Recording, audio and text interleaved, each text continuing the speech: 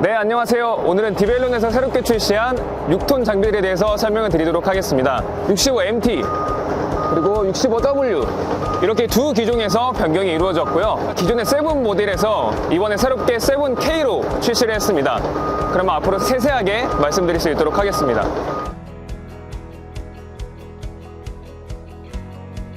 네, 변경 사항들에 대해선 적용 시점에 따라서 크게 두 가지로 나눠서 말씀을 드리려고 합니다. 첫 번째 묶음은 바로 다시 7 개선 모델에 적용하였던 3가지, 그리고 두 번째 묶음으로는 다시 7K 모델에 신규로 적용한 7가지에 대해서 말씀을 드리려고 합니다. 그럼 먼저 다시 7 개선 모델에 적용한 3가지에 대해서 말씀을 드리도록 하겠습니다.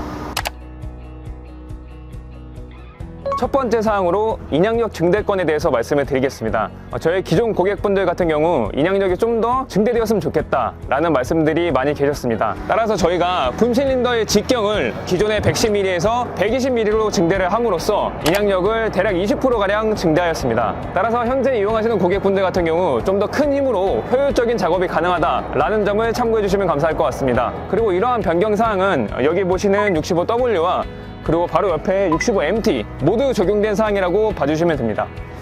네, 두 번째 사항으로는 지금 보시는 바와 같이 도저가 있습니다.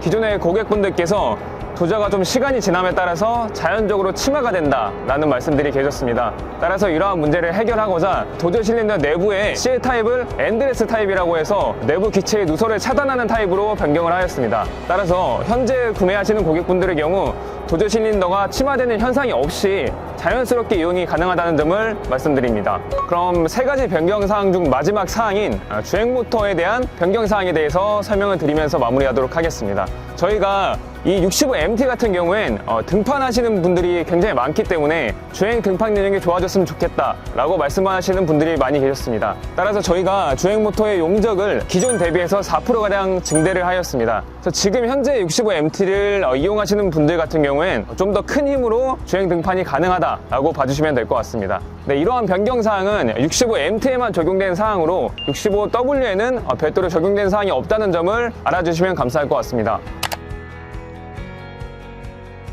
그럼 지금부터는 다시 7K 모델에 새롭게 적용한 7가지 사항들에 대해서 말씀을 드리겠습니다. 첫 번째 사항에 대해서 말씀을 드리겠습니다. 보시는 바와 같이 프론트 배관이 위치해 있는데요. 이러한 프론트 배관이 기존에는 너무 많이 튀어나와 있어서 작업 중에 파손이 되고 간섭이 된다 라는 말씀들이 계셨습니다.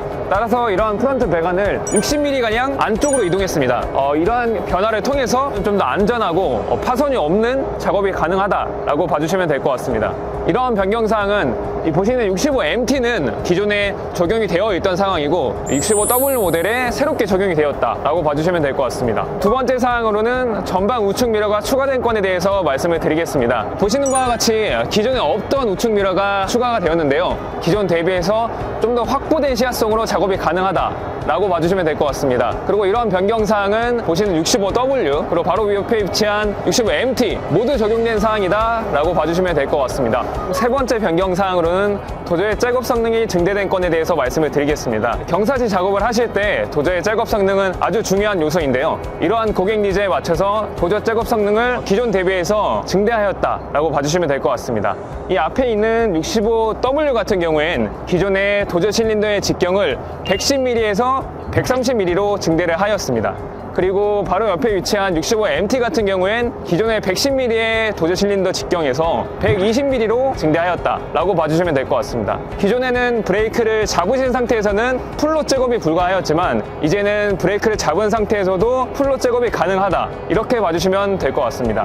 네, 그럼 네 번째 사항으로는 경광등의 위치를 변경한 건에 대해서 말씀을 드리겠습니다. 보시는 바와 같이 경광등의 위치가 30cm가량 안쪽으로 이동하였다라고 봐주시면 됩니다. 기존에는 나뭇가지 구조물에 의한 간섭이 많았는데 이제는 그러한 간섭 없이 안정적으로 작업이 가능하다라고 봐주시면 될 것 같습니다. 그리고 이러한 변경사항은 보시는 65W와 바로 옆에 위치한 65MT 둘 다 공통사항으로 적용이 되었다라고 봐주시면 될 것 같습니다. 다섯 번째 사항으로는 시트와 관련된 사항에 대해서 설명을 드리겠습니다. 기존에 사용하시던 기계식 시트에서 이제는 에어 서스펜션 시트로 사용이 가능하다라고 봐주시면 될 것 같습니다. 그리고 이러한 스위치를 통해서 직접 에어를 빼거나 넣고 본인의 기호에 따라서 사용이 가능하다 라고 봐주시면 될 것 같습니다. 그리고 이러한 변경사항은 65W 그리고 65MT 모두 적용된 사항이다 라고 봐주시면 됩니다. 그럼 6번째 사항으로는 키패드와 관련된 변경 사항들에 대해서 말씀을 드리겠습니다. 기존의 키커플러를 장착하거나 해제하실 땐 무조건 소음이 발생하였는데요. 지금부터는 온오프 스위치를 통해서 소음에 대한 본인의 선택이 가능하다라고 봐주시면 됩니다. 그리고 이러한 변경 사항은 65MT와 65W 모두 적용된 공통 사항이다라고 봐주시면 됩니다.